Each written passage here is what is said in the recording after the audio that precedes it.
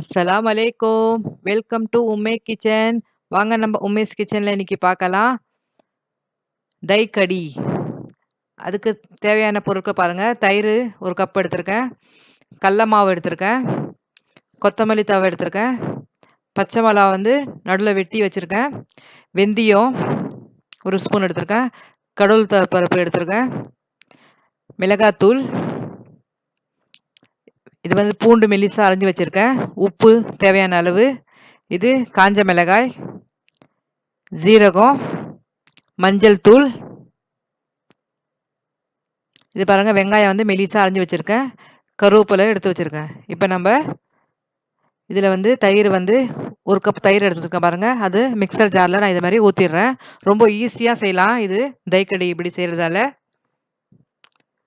1 cup தயிரை நம்ம இது மாதிரி ஊற்றிடணும். கடல மாவு எடுத்து வச்சிருந்தோம்ல, கடல மாவையும் இதை மாதிரி 3-4 ஸ்பூன் வந்து இது மாதிரி போட்டுக்கணும்.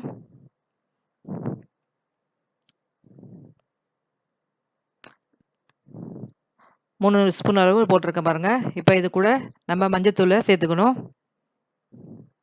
சேர்த்துட்டு நல்லா மிக்சரில் இப்போ நம்ம இதை நல்லா அரைச்சிக்கணும். இது மாதிரி அரைச்சிட்டா நம்மளுக்கு கட்டி வட்டி இல்லாத நல்லா வரும் நம்மளுக்கு. இது மாதிரி பாருங்கள். இப்போ நம்ம ஸ்டவ் ஆன் பண்ணிடலாம். பேன் வச்சுட்டேன். இப்போ இதில் அரைச்சி வச்சுருந்த இந்த கடல மாவும் தயிரும் பாருங்கள், நம்மளுக்கு தை கடிக்காக நம்ம இது பேனில் ஊற்றிட்டோம். இது இனிமேல் இப்போ ஊற்றி நல்லா தண்ணி எவ்வளோ அளவு நம்மளுக்கு அந்த ஜாரெல்லாம் கழுவி நம்ம இதை ஊற்றிடலாம். எவ்வளோ அளவுக்கு கொஞ்சம் தண்ணி மாதிரி செஞ்சுக்கங்க. அது திக்னஸ் ஆகிடும். அது கொதிக்க கொதிக்க வந்து நம்மளுக்கு அது திக்னஸ் கிடைக்கும். கிண்டிகிட்டே இருக்கணும். கட்டி ஆகாத நம்ம இது மாதிரி கிண்டிகிட்டே இருக்கணும். கலர் பாருங்க, லைட்டாக இருக்குது. அது மஞ்சள் தூள் போட்டிருக்கல. இப்போ கொதி வர வர நம்மளது டார்க்காக ஆகிடும் பாருங்கள். பாருங்கள், இது மாதிரி கொதிக்க வர வர நல்லா நம்ம இதை கிண்டிக்கிட்டே இருக்கணும். கட்டி ஆகாத நம்ம கிண்டிக்கிட்டே இருக்கணும். கொதி வந்த பார்த்து பாருங்கள், கொதி வந்துட்டுருக்கு. இப்போ நம்ம இது வந்து பக்கோடாவுக்கு நம்ம இது வந்து இப்போ வெங்காயம் சின்ன சின்னதாக பீஸாக வெட்டி வச்சிருந்தேன்ல, அந்த வெங்காயத்தை இந்த மாதிரி போட்டுக்கணும். 2 வெங்காயம் அளவு எடுத்துருக்கேன் நான். சின்ன சின்ன வெங்காயமாக 2 வெங்காயம் அளவு எடுத்துருக்கேன்.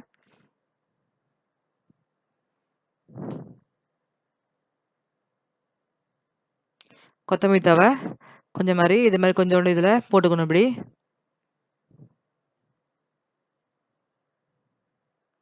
மிளகாத்தூள், உப்பு தேவையான அளவு போட்டுக்குங்க.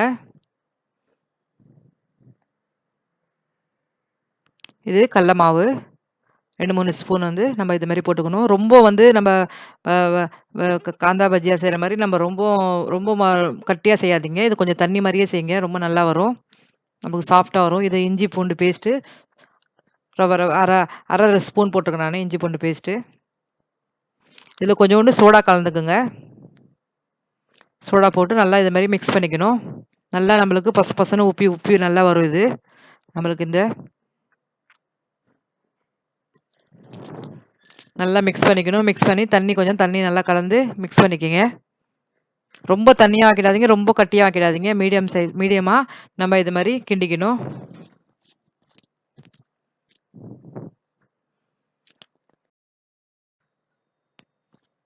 இது மாதிரி நல்லா மிக்ஸ் பண்ணிக்கணும்.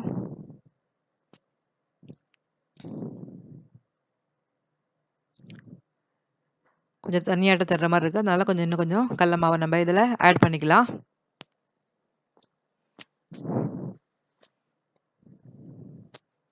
இது மாதிரி நல்லா மிக்ஸ் பண்ணிக்கோங்க. ஸ்பூனால் மிக்ஸ் பண்ணாலும் பண்ணுங்கள், இல்லை கையால் பண்ணாலும் பண்ணிக்கலாம். உப்பு பாருங்கள், நம்ம தை கடிக்கு வந்து உப்பு தேவையான அளவு உப்பு போட்டுக்கணும். பாருங்கள், திக்னஸ் ஆகிட்டு வருது நல்லா. நம்ம அந்த பச்சை வாசனை போகிற வர, அந்த கடல மாவு பச்சை வாசனை போகிற வர, திக்னஸ் ஆகிற வர நம்ம நல்லா கொதிக்க வச்சிடணும். பாருங்கள், நல்லா கொதிச்சிட்ருக்கு. இப்போ நம்ம இதை தாளிச்சிடலாம். வேறு சின்ன ஒரு நம்ம இது வச்சுருக்கேன், பேன் வச்சுருக்கேன். இப்போ இதில் நம்ம இது வந்து இப்போ தை கடிக்காக தாளிச்சிடலாம். இப்போ நம்ம இதில் எண்ணெய் ஊற்றிக்குங்க. ஒரு 3 ஸ்பூன் அளவு நான் எண்ணெய் ஊற்றிருக்கேன். இது கடவுள் பருப்பு போட்டுட்டேன். ஜீரா நல்லா பொரியுது பாருங்கள். ஜீரா போட்டுட்டேன். வெந்தயம் போட்டிருக்கேன். பூண்டு வந்து மெலிசா அரைஞ்சு வச்சிருந்தேன் பாருங்க. அந்த வெந்தயம் போட்டு பாருங்க.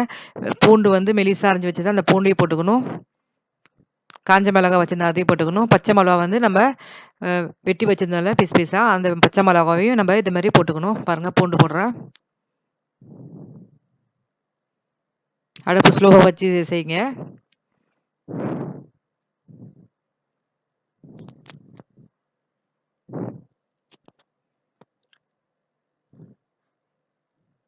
காஞ்ச மிளகா போடணும். எல்லாம் போட்டு எல்லாமே நல்லா மிக்ஸாக கொஞ்சம் பூண்டு இது வந்து கலர் சேஞ்ச் ஆகிற வர நல்லா நம்ம இது மாதிரி கிண்டிகிட்டே இருக்கணும். கருவேப்பிலையும் இந்த மாதிரி போட்டுக்கணும்.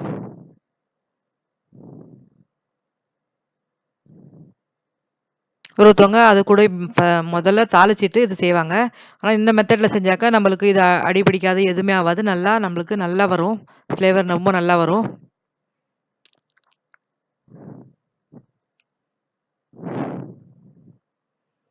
பாருங்க கலர் நல்லா சேஞ்ச் ஆயிடுச்சு. இப்போ நம்ம இதில் வந்து இப்போ நான் பெருங்காயத்தை சேர்த்துக்கிறேன். ஒரு 1/2 ஸ்பூன் அளவு பெருங்காயம் சேர்த்துங்க. பெருங்காயம் போடுங்க கண்டிப்பாக. இந்த ஃப்ளேவருக்கு ரொம்ப நல்லாயிருக்கும். பாருங்கள் தாளித்து நம்ம இதில் ஊற்றிடலாம். ஊற்றிட்டு நல்லா இப்போ கிண்டி விட்டுருங்க. நம்மளது தஹி கடி வந்து இப்போ பாருங்கள் ரெடி ஆகிடுச்சு. இந்த மாதிரி நல்லா மிக்ஸ் பண்ணிக்கணும். நல்லா இப்போ கொதி வந்தாக்கா நம்ம தஹி கடி பாருங்கள் எவ்வளோ நம்ம தண்ணி மாதிரி செஞ்சது எவ்வளோ திக்னஸாக ஆகிடுச்சு பாருங்கள். இப்போ பாருங்கள் கொதி நல்லா வருது. இப்போ நம்ம இது காந்தா பஜ்ஜியா செய்கிறதுக்காக நம்ம இப்போ இதை ஃப்ரை பண்ணலாம். பாருங்கள் எண்ணெய் சூடாகிட்டு இருக்கு. தமிழில் பக்கோடா சொல்லுவீங்களா? இது மாதிரி பாருங்கள் ஸ்பூன்லேயும் இது மாதிரி போடலாம், இல்லாட்டி கையிலையும் இது மாதிரி போட்டுக்கலாம். பாருங்கள் சின்ன சின்ன பீஸாக இது மாதிரி கொஞ்சம் கொஞ்சமாக போட்டுக்கணும். 1 ஸ்பூன் அளவு பாருங்கள் கையிலையும் போட்டுக்கலாம். இது மாதிரி கையிலையும் கொஞ்சம் கொஞ்சமாக சின்ன சின்னதாக போட்டாலும் அது நம்ம சோடா போட்டுக்கிறதால நல்லா உப்பி உப்பி நல்லா வருது, பொசு பொசுன்னு வருது. பாருங்கள் ஒன்றா ஒட்டாமல் அளவுக்கு நம்ம கொஞ்சம் தூரமாகவே இது மாதிரி போட்டுக்கணும். ரொம்ப கட்டியாக இருக்காது. காந்தா பஜ்ஜியா செய்கிற மாதிரி கட்டியாக இருக்கக்கூடாது. இது கொஞ்சம் தண்ணியாட்டமே செய்யுங்க, ரொம்ப நல்லா வரும்.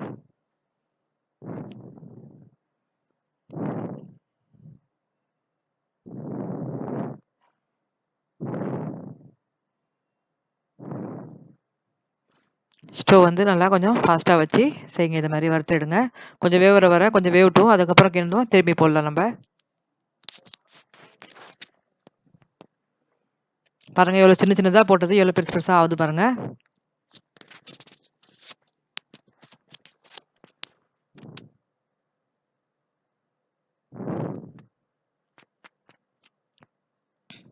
இப்போ நம்ம இதை திருப்பி விட்டுடலாம்.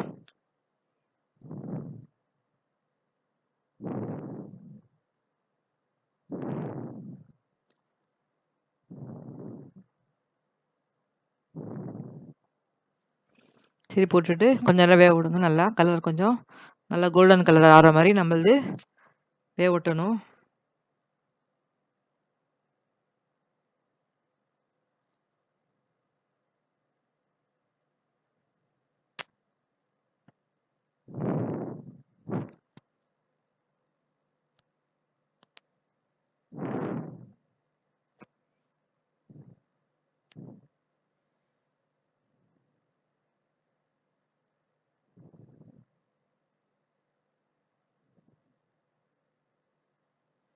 பாருங்கள் இந்த மாதிரி நம்மளது பக்கோடாவை எடுத்துடணும். இது மாதிரி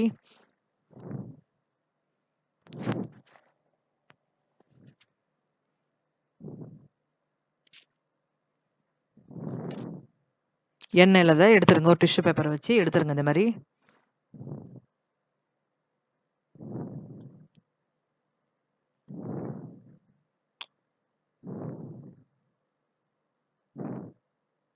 பாருங்கள் நம்ம பக்கோடா ரெடி ஆகிடுச்சு. இப்போ வந்து ஸ்டவ் வந்து நம்ம ஆஃப் பண்ணிடலாம். சூடாக இருக்கும் போதே கொஞ்சம் இது மாதிரி போட்டுக்கணும். ரொம்ப கொதிக்கிற டைம்லேயே அடுப்பு ஸ்டவ் ஆன் பண்ணியே போட்டுறாதீங்க. ரொம்ப இது மாதிரி ஊறி ரொம்ப இதாகிடும். நம்ம சாப்பிட்ற டைமில் வந்து இப்போ பேனில் இது மாதிரி நம்ம தயிரில் போட்டு நம்ம சாப்பிட போடும்போது போட்டு எடுத்துக்கலாம். பாருங்கள் ரெடி ஆகிடுச்சு. நம்ம தஹி கடி பக்கோடா ரெடி ஆகிடுச்சு. பாருங்கள்